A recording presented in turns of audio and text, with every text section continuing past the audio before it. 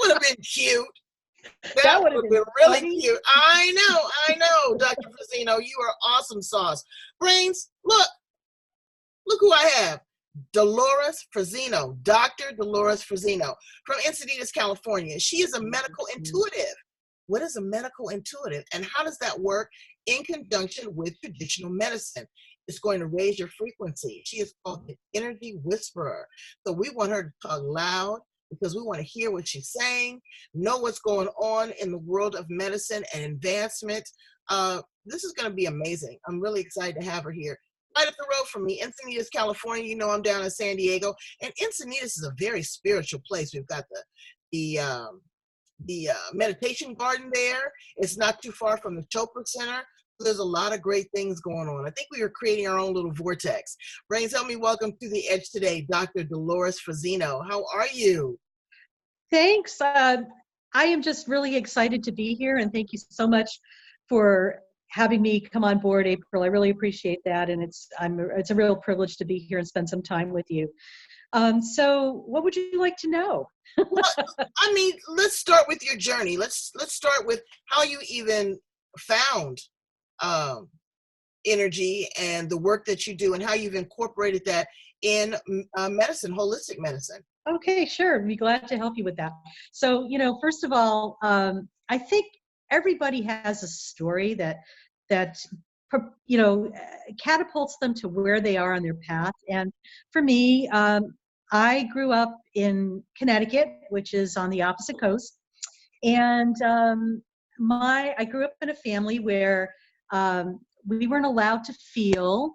That's probably a more common thing than not, but I was an empath, intuitive, and highly sensitive person coming into this world. My parents did not know what to do with me. Well, wait. Now, I want to get a definition there. Explain to my brains, what is an empath?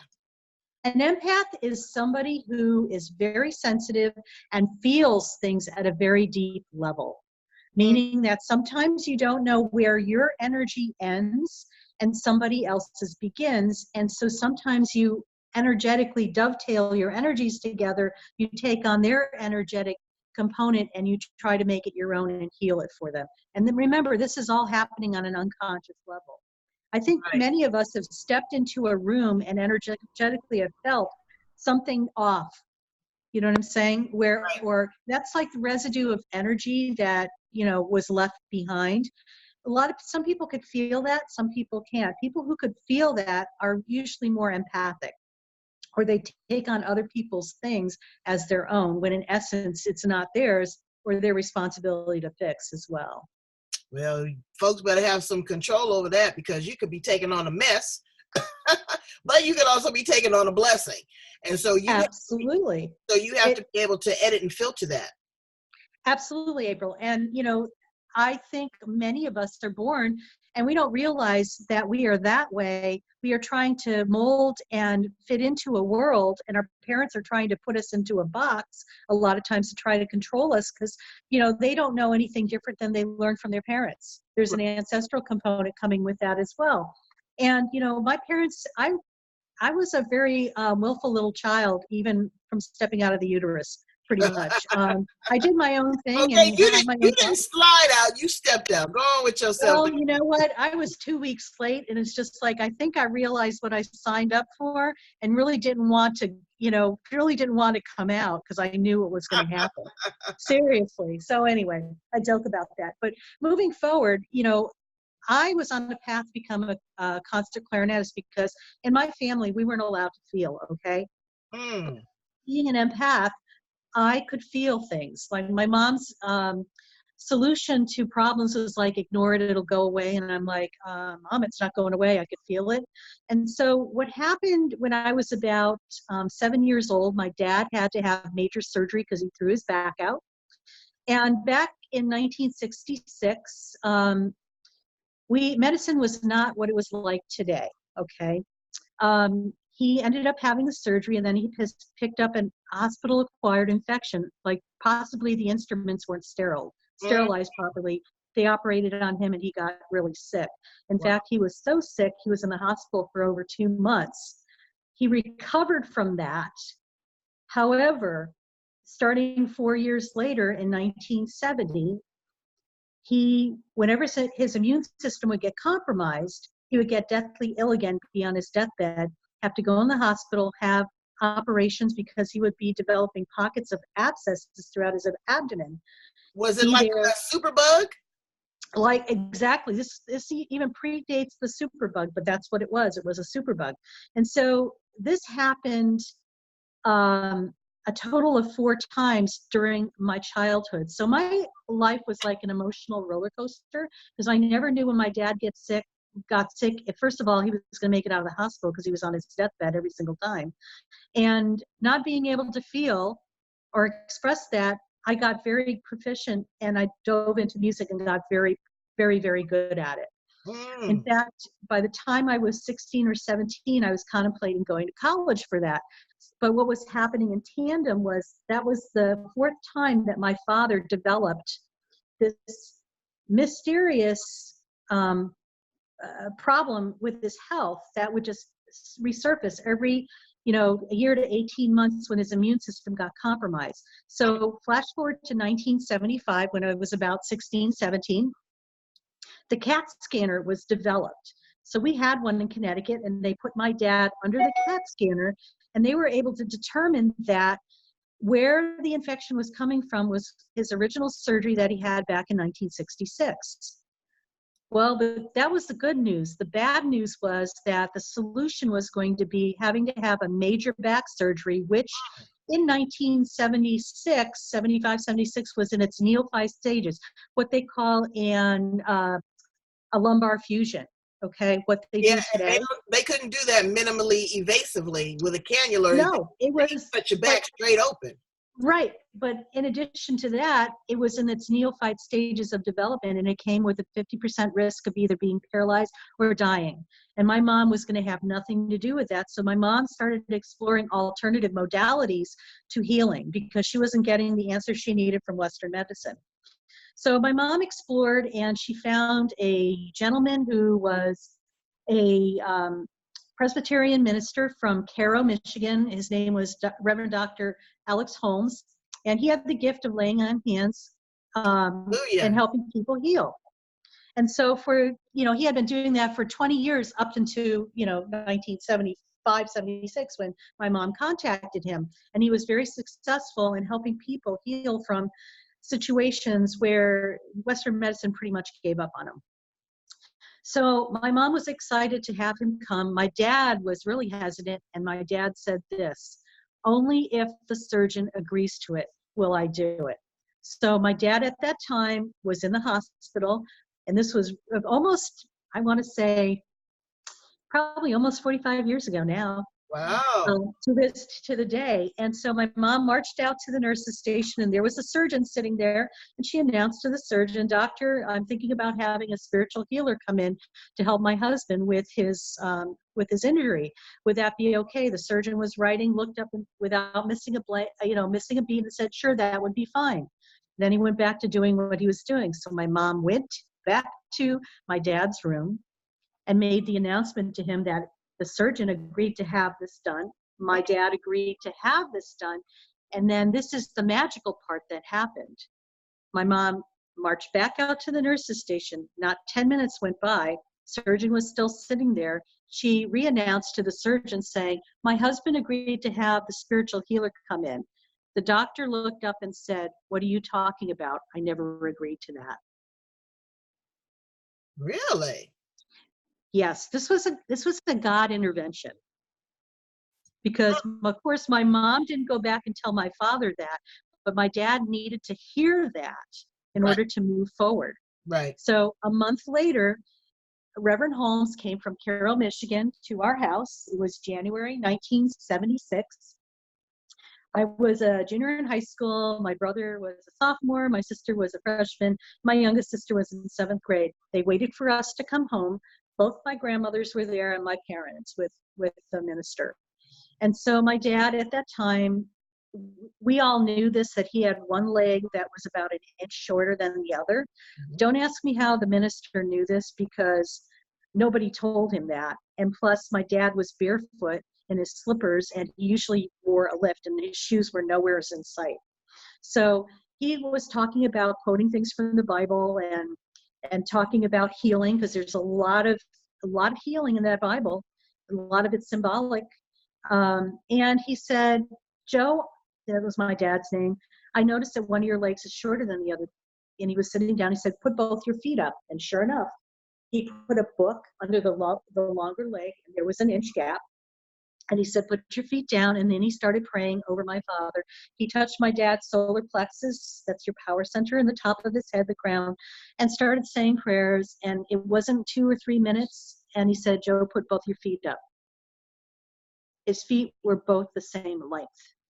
Wow. I knew in that moment that my life changed forever. I witnessed a miracle, and I decided that I was no longer going to be a concert clarinetist. That it was my mission in this lifetime to talk about healing in ways you never thought possible.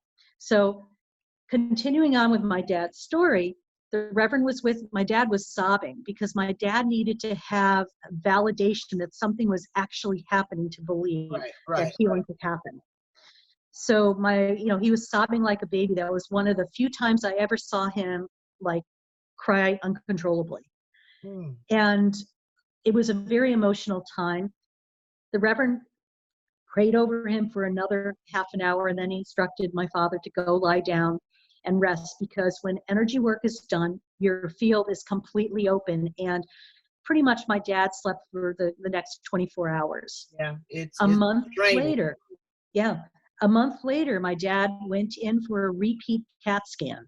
They found no evidence of the infection in his body at all. He never had to have that surgery. In fact, he never had to revisit that problem the rest of his life. And this was in 1976. He passed away at the ripe old age of 80, almost 8 years ago. Wow. Wow. Wow. So that was my initiation into what I do. It made you a believer, that's for sure. Oh my God. Oh yeah. So your whole work has been from a holistic perspective from its inception? Yes. Very much so. All right. Yeah. When you witness a miracle like that, people think you're cray-cray. Oh, yeah. I mean, oh, totally. And it's just like, it's kind of interesting, because when people make a judgment call like that, they really negate an experience that somebody actually had. And that's not fair. It's not fair, but you know what, Dolores, let's keep it 100. It's scary, okay? Oh, it is. Yeah, people don't understand the metaphysical. They don't understand their subconscious mind. They don't understand the work of God, okay? Everything is just, what you see is, if I can't see it, touch it, smell it, or taste it, it doesn't exist. And you're absolutely right. My father was one of them. But many of us knew differently. So, and, considering that this happened back in the 70s, you're flashing forward now, almost 45 years later. You know what I'm saying? And it's just like, it's a whole different time. And actually, it's being a little more embraced than it had been over the last few decades. Oh, it hugely embraced more than what it is, because people are looking for alternatives. I'll tell you a little quick story about me. I knew I had a spiritual calling, that I needed to go to Beijing, China. I was Chinese in a former life. That's a whole nother show, Brains. I'll break it down to you. But I had this awakening. And so I called my girlfriend and I said, hey, let's go to China. And she goes, China? Who wants to go to a third world country? I asked Mama. Mama said, black folks ain't going to China. Go to the Bahamas. I said, Mama, there's something there for me. I said, I was there once before. As soon as I get off the plane, our driver looks at me, rocking this big afro, looks at my friend, tall, thin, white girl with 20 years my junior, this long hair. He's not understanding what's going on. We get in the car, and I'm feeling this kind of energy, because I had a come to Jesus meeting on the plane. And the first thing he looked at is our itinerary, and he goes, tomorrow he pointed at me, he says, you need to go to the clinic. I said, the clinic? I didn't come here to go to no clinic. I came here to see temples and getting my zen right and all this kind of stuff. He goes, oh no, that's your destiny. Fast forward, long story short, I get there, they open the door. This place is tricked out, brains. There's not a fingerprint anywhere. Koi as big as I've ever seen. Mhm. Herbal pharmacy downstairs. I go up, this doctor comes in, he checks my liver, my kidney, and my spleen right here on my wrist. Mhm. He tells me about my former life, my present life, and what to prepare my body for and myself for my future life. It was incredible. I Mm. started to cry. I was afraid. I was like, what? And he checked me externally. So there is power, there is wisdom, ancient wisdom. Okay? Just because the doctor's done the test and something's come up in your blood, things can change. Things can change. Absolutely.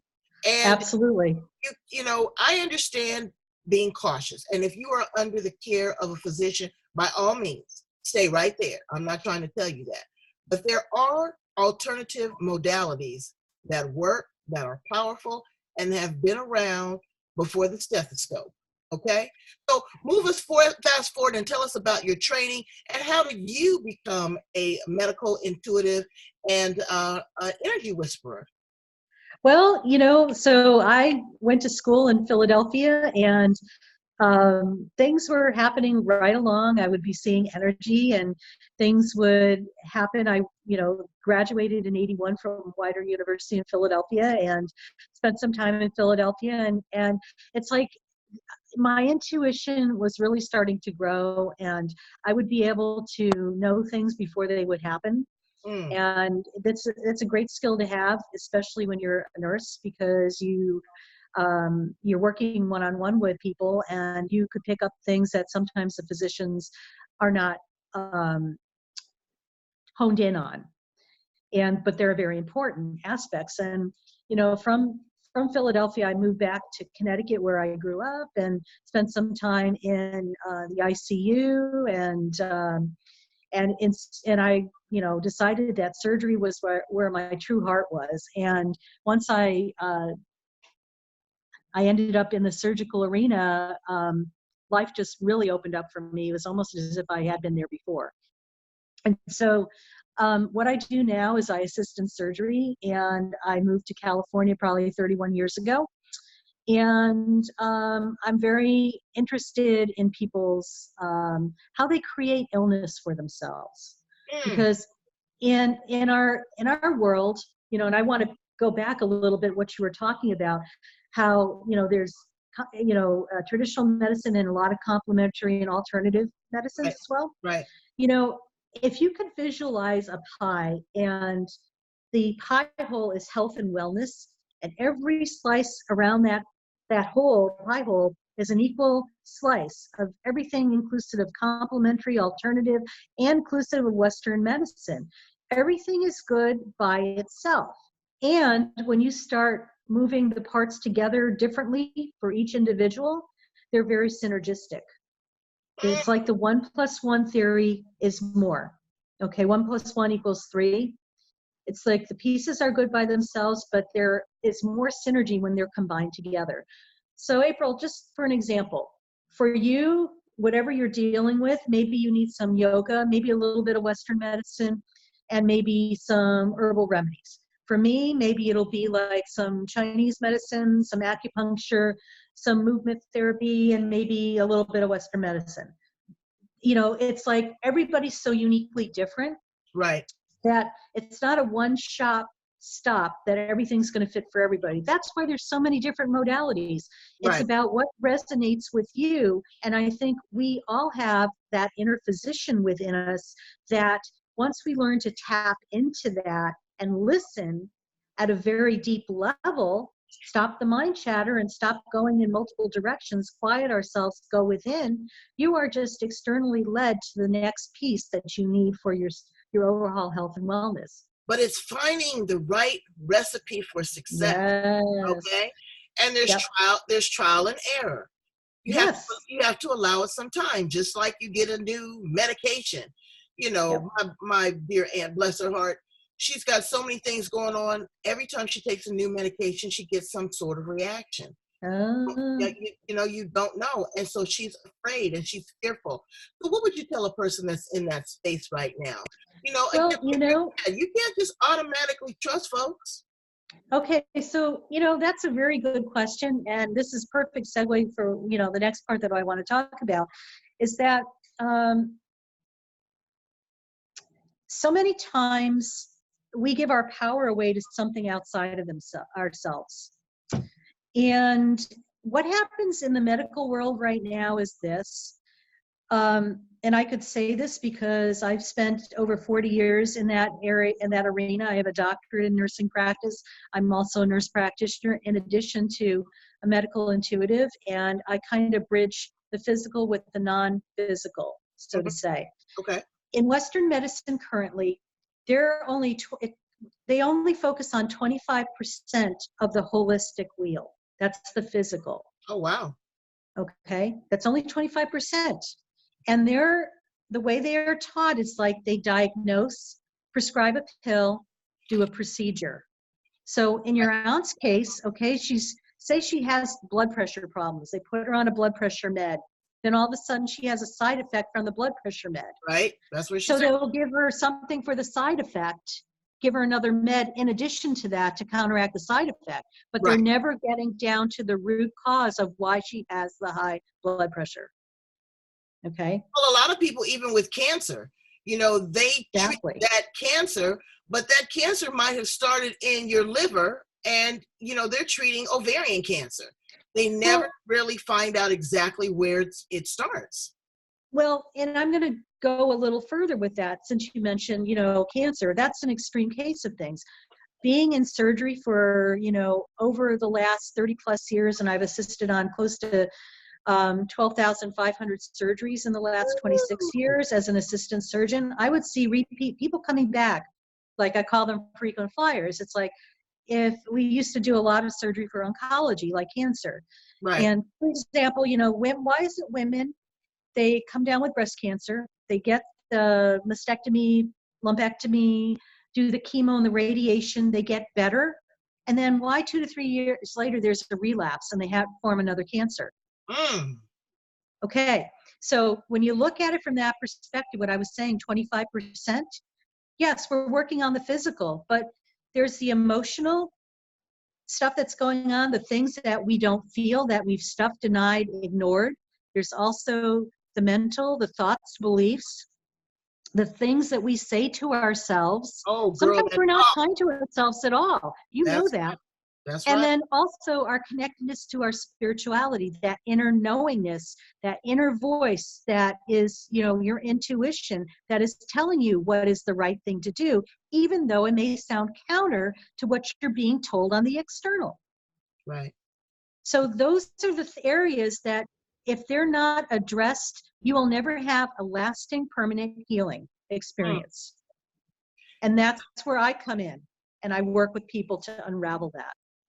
Let's keep it 100, because that's what we do here on the real. That's a television show. 100. On the edge. Dr. Dolores, everybody's not going to survive. What's that? Everybody's not going to survive. Okay? No. There's going to be situations where people are going to transition and move on. Absolutely. Okay? And maybe that's their next, that is probably part of their path. Right. And maybe. That's what I'm saying. Yeah. They have to also be able to untangle that as well. Absolutely. And consciously, and know that, me personally, I don't believe that it is the end. God, I believe there's a comma or a semicolon, and you're going to go on and do greater things. But when you run across a person that you intuitively know from the get-go, they're not going to be able to survive whatever it is that they're going through. How do you work with them? How do you prepare them? How do you prepare their heart for that information? That's a very good question, April. And I always believe that, there's sometimes when, and I've had numerous people that I've worked with that, they don't make it. But it's like, how can we have this is going to sound a little morbid, a good death experience? That's not morbid. That is not morbid. We're not going to sit up and dance a jig. No. But it can be a peaceful transition and an understanding based upon how you lived and how you die. Absolutely. Absolutely, absolutely. And this kind of goes back to my history of being an ICU nurse. I've never forgotten some of those experiences where, pretty much we knew a young person was going to pass away. They were basically on their deathbed. They've stabilized. Family had been holding the vigil for a very long time. They had stabilized enough that we said, go home, get a shower and stuff like that. Well, within 2 hours, that patient was starting to decompensate. Mm-hmm. So we'd have to call the family back to the point where they were almost flatlined, but as soon as a family member, and she was in a coma, as soon as a family member came in, her heartbeat perked up again. It was almost as if she was waiting to say goodbye. Right. Those are the little things that have happened in my career I'll never forget. But it just is, and my heart is so welling up right now and open. It's just that the love never goes away. Never. Never. Because you cannot see them physically. Yep. Please believe and trust that they are there spiritually. Oh, they are. I had Thanksgiving with my parents this year. They've been both passed away. I had a situation, a call from my brother. My brother passed away suddenly, and I was here and I was saying, "Oh God," I said, "I miss him so." I said, "I wish I could talk to him." And the Lord spoke to me. He said, "I never stopped you from talking to him." Yeah. I never stopped you. And it was such a comforting at that point. I was like, "Well, can he play dominoes with me?" Yeah. Well, you never know. People want to know. So, you've compiled all of this in some great literature. Tell us about your books. Okay, good. Well, I've got a couple. The first one is Spiritual Wellness for Life. Oh, and what this book is about are stories from my personal and professional life where there's been an aha moment. And there's inspiring stories of forgiveness, transformation, and healing. And, I think I shared, briefly about my journey with my father, and that story's in there in more detail as in regards to that. But there's also been other stories as well. And this was published a few years ago. And believe me, there's at least another 18 stories that could go into this. Because time is, I don't know about what you're thinking, April, but time has been speeding up and a lot of things have been happening rather quickly. Really? Okay, we are right there. Okay, I'm nervous. I'm really nervous. I mean, I'm looking at. Don't be nervous. You got this, girl. Well, I'm trying to hold on. Okay, that's why I got the edge. But I'm talking about climate change. I don't care what anybody thinks. Brains is real. Okay, I've seen it. When we're talking about just the things that are prophesized in my word, in the Bible, revelations, just things that are happening and so quick. The time is an illusion. I had a great guest on that, actually a physics professor. Yeah. That taught me really what time is. It's not what we think it is. It's not from 12 to 12. Okay. Yep. I mean, previously in the word, it said people live to be 700 years old. So we don't really have a true concept of what time really is. And as you say that it's speeding up, what do we do to kind of keep pace? We can't chase the carrot, but what do we do to kind of keep pace and keep ourselves in sync? Well, I have this theory that there needs to be a balance between the doing and the being. Okay. So when we're in doing mode, this is what the world is like. It's constantly in motion. You have to figure it out. You're pushing a boulder up a hill. You're trying to make something happen. This is like what our corporate world is like. People who are working in the corporate world, it's like the bottom line is how much money could we make each quarter, blah, blah, blah, blah, blah. Keep going and going and going. Right. This is an old paradigm. And we have found that as people keep going and going and going with this, they continue to get more stressed. And we know stress leads to illness and to disease and unwellness. Also with doing is that if you look at it from a physiological standpoint, when you're doing, you're in your head thinking, which is not a bad thing, but it's got to be a balance. Right. When you're thinking, you're either in past or the future. You're never in present moment. Well, So, yeah, that makes perfect sense. Right. okay, so now go from doing to being. Okay, we have two different columns. The being part is like when you are in your body. When you're in your body, you're in your heart space. Okay. When you're in your body, you're in present time. Okay. You're here right now. Right. This is where you're able to experience emotion. Okay? When you're in present time, you're right here right now. Your emotions are right in the moment. We have a society that will do anything to not experience an emotion because it scares the crap out of them. So they go over to doing, and they're in their head trying to figure out the emotion. And you really, the good tidbit is this: you know where people are when they say, "I think I feel." They're intellectualizing their emotions. They're not truly experiencing their emotions. They're in their head. You have to be in your physical body to have that experience. So when you're in your heart space, you're in present time, it doesn't matter. It's like you're in the moment. You're in flow, you're in ease, you're in grace, you're in the ability to co-create with the universe. And so this is where you do your mindful activity. And mindful activity could be anything from, doing like a formal meditation to just being out in nature, spending time with a pet, going to the ocean, gardening. It could be playing music. It could be like you could even be binging on Netflix. You're in the moment doing that. That's an idea. There you go. So, but the thing is, and you look at the generations prior to us, like our grandparents and great-grandparents, they used to do crafts. They used to knit, they used to tat, they used to sew. That was their mindful activity. That got them into their present moment. When you're in your present moment and you're doing something you absolutely like, sometimes you get a divine download. That's your intuition talking. And you get an idea and you're like, oh my God, that's incredible. That's So you brilliant. have this divine download, then you go into divine doing. Right. And then so I'm going to give an example. The first business I started was about 30 years ago, and it was related to healthcare, and it was being an assistant in surgery. And I was in the doing phase. I did everything I could. I networked, I forced a boulder up a hill, yada, yada, yada. The bad thing is that I created an autoimmune condition for myself because of that. Oh, wow. So what happened was, it's like people had said, Dolores, when are you going to start another business? I said, well, you know what? If I have to do it that way, it's never going to work because I'm not doing that again because it was way too hard. So I decided what I've been doing for the last 15 years is like I spend time in meditation where I meet with my boardroom and the CEO of me. That's right. We have a meeting every day and we sit and say, okay, what's on the docket today?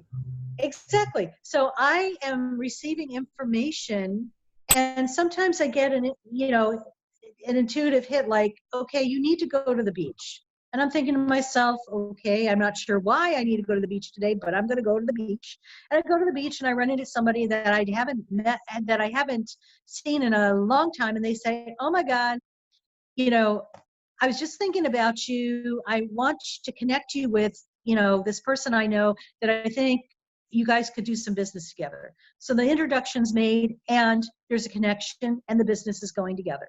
Okay. So what I'm saying is like being in the B phase, you're getting the divine download, and then you go into divine action, divine doing, come back, get that piece and go back here to find out what's the next piece. That's how we shift this whole stress thing to doing this. It's not like a this or that. You need both. But what you start with is the being instead of the doing. Okay. All right. Well, I am loving it, and I'm so glad that you're close to me.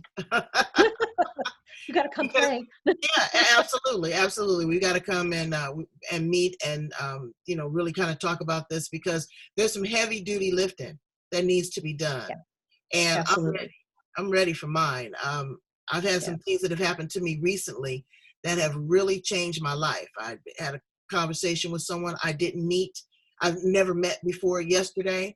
And I tell you, Dr. Dolores, I started speaking in tongues. I prophesied to this woman, and she told me that I'm not a channeler, or I don't claim.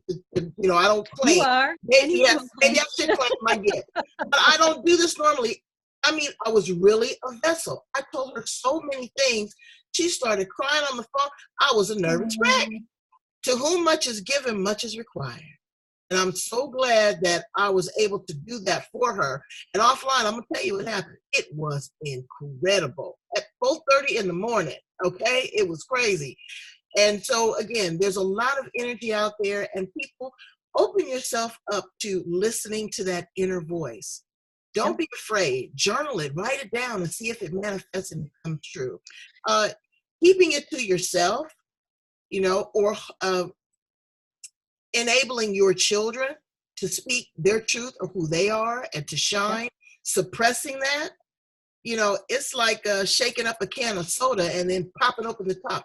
It's going to explode. It's going to fizzle out Absolutely. everywhere. So Good analogy. yeah. So don't be afraid. You got to feel the fear and do it anyway, because this world is amazing. It is far beyond what we know. Far beyond what we know. And the other thing I want to piggyback onto what you're saying, April, is this: we all have beautiful gifts to be sharing with others. Yes. You never know how your story is going to impact somebody else and change their lives. And I just encourage people to speak up.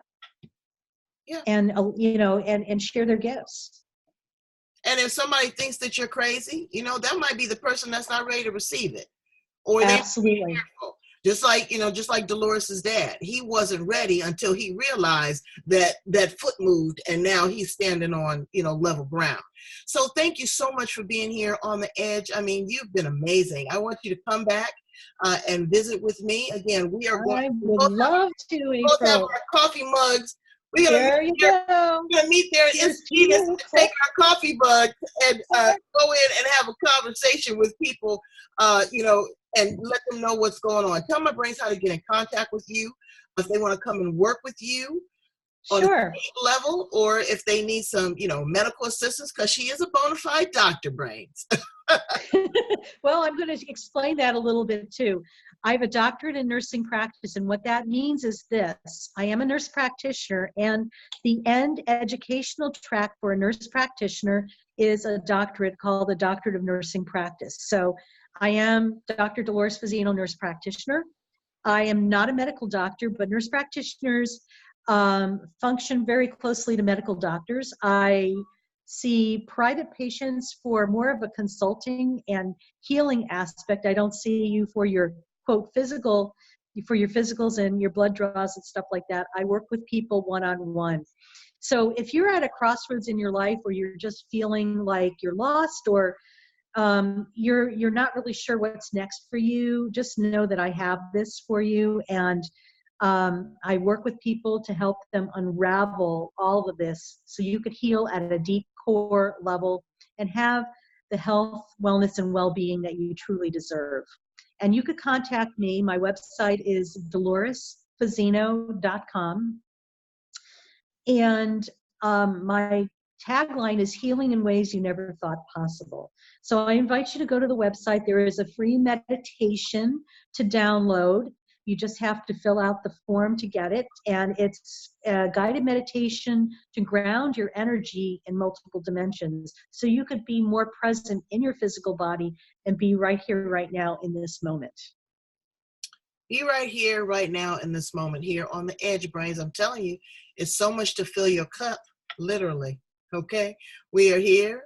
We love you. We adore you. We need you. And we need you to be in a good space. Not in a space of fear, because you can't tackle anything there, but be in the present moment right now. And so thank you so much, Dr. Dolores Fazzino, for being here on the edge. Brains, go back and listen to other edgy conversations on the edge. There's light stuff, arts, entertainment. You know what? I didn't even ask, but maybe you'll come back. Do you still play the clarinet? No, I don't. Oh, well, maybe we'll encourage you to pick it up. Thanks. There's so much power in music. So check it out. We got some great musical artists that are coming up here during this season. Thank you so much again. Again, you just really tapped into my heart, and it's overflowing. Brains, counting on you. Do all that you can do to be the best possible person that you can be. Bye.